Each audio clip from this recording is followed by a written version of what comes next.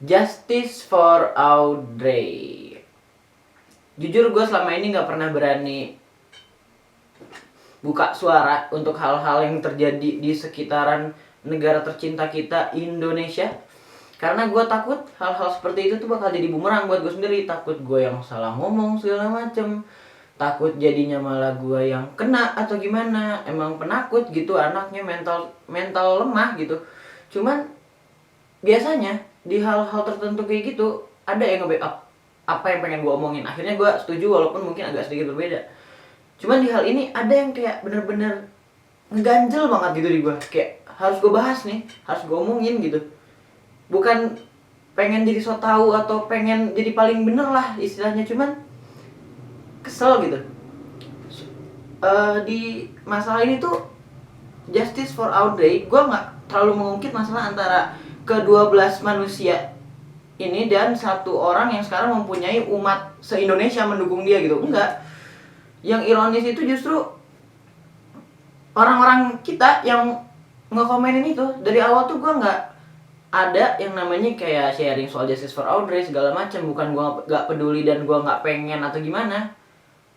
Jujur gue itu bully survivor dari kelas sejak gue SD, SMP, SMA. Nggak ngerti dah, gue nggak pernah belajar dari kesalahan apa gimana. Kena mulu jadi korban. Dan emang gue nggak speak up karena permasalahan gue nggak cuma di eksternal, internal gue juga nggak bisa gue ceritain hal kayak gitu. Akhirnya gue nggak tahu gue mau cerita ke siapa. Ya udah, ngelamun sendiri. Yang bikin ironis di sini tuh, yang paling utama di caption Justice for Audrey rata-rata yang pada di awal yang belum sampai sekarang ya, kita bahas berurut lah ya. Itu tuh suka ngomong kayak jangan sampai kejadian lagi, jangan sampai hal seperti ini terjadi, jangan sampai ada yang kena, cukup, berhenti di Audrey, berhenti di Audrey, berhenti di Audrey. Banyak banget yang ngomong kayak gitu. Dan lo sadar gak sih yang lo lakuin gitu? Lihat lo, aduh emosi. Ya, yang ngerasa aja lah ya maksud gue. Kayak lo ngomong kayak gitu dan akhirnya nge-trigger beberapa pihak. Ada juga atau enggak yang justru di captionnya sendiri berhenti di Audrey, tapi dianya juga micu pertarungan gitu.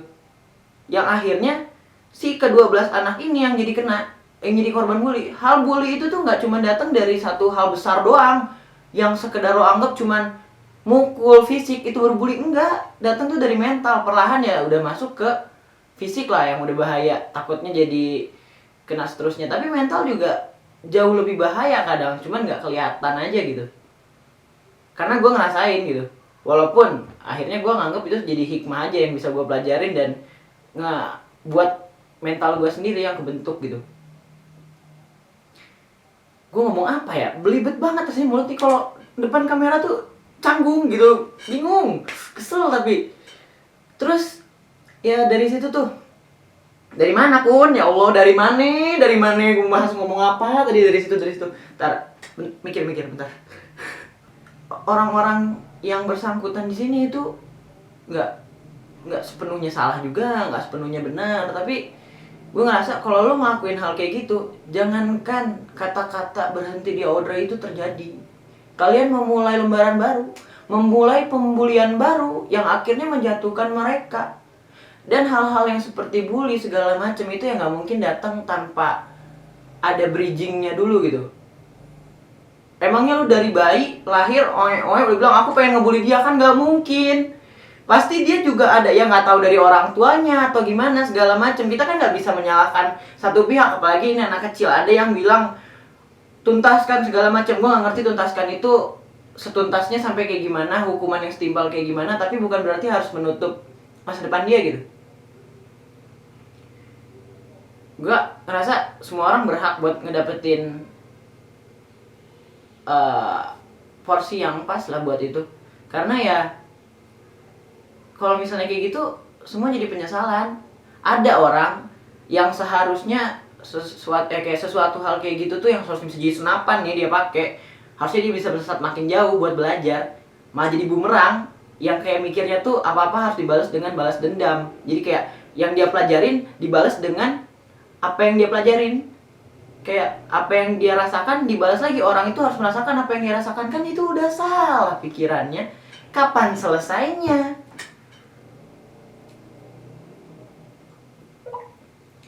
ya memulai pembulian baru istilahnya.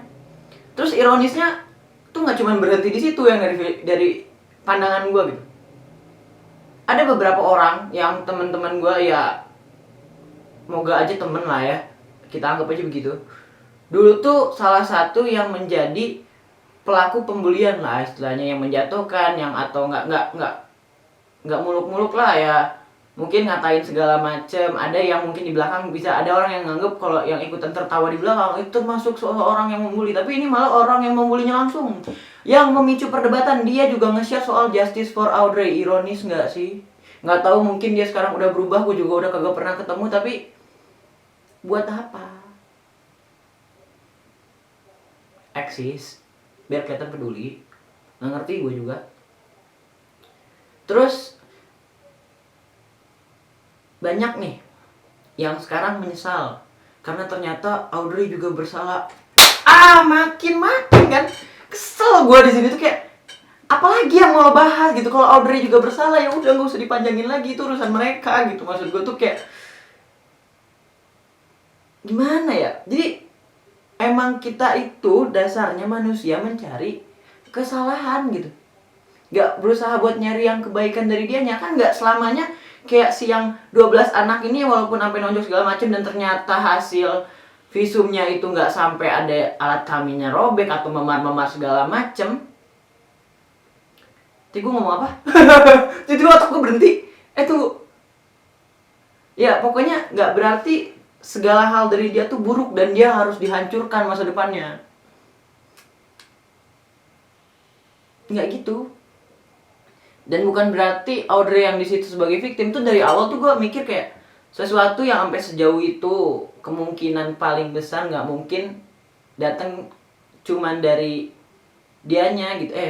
Cuman dari ke-12 orang ini, nggak mungkin ada sesuatu yang ngeganjel. Pasti ada sesuatu yang membuat orang lain melakukan itu gitu.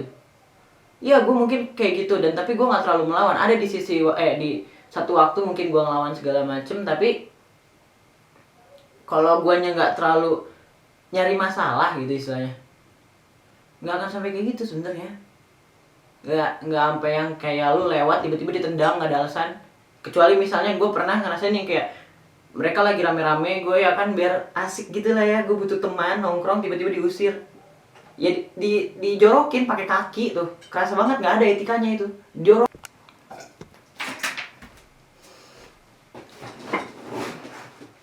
Ya tiba-tiba kamera gue berhenti. Tadi sampai mana? Sampai dijorokin pakai kaki lah ya. Iya kayak gitu.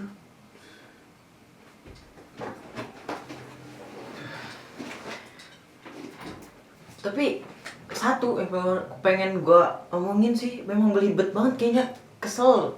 Ditambah gue canggung ngomong di kamera, jadi struktur yang tadinya udah gue pikirin di kepala hilang semua. Dan gue nggak suka ngomong pakai skrip segala macem untuk hal kayak gini. Nggak, kalau gue bikin kayak gitu kesannya munafik dong. Gue kayak harus dibuat-buat banget biar kelihatannya bagus. Cuman ya gue pengen ngeluarin keluh kesah gue aja, moga aja ada yang ngerti. Gue nggak berharap ada yang semuanya menonton, tapi kalau yang nonton moga aja orang-orangnya bisa ngerti dan nyampein ke orang lain. Kalau misalnya sesuatu itu nggak harus dibalas dengan sesuatu yang sama, lo bisa melakukan sesuatu yang lebih baik gitu. Apa bedanya lo sama mereka kalau lo ngakuin kayak gitu?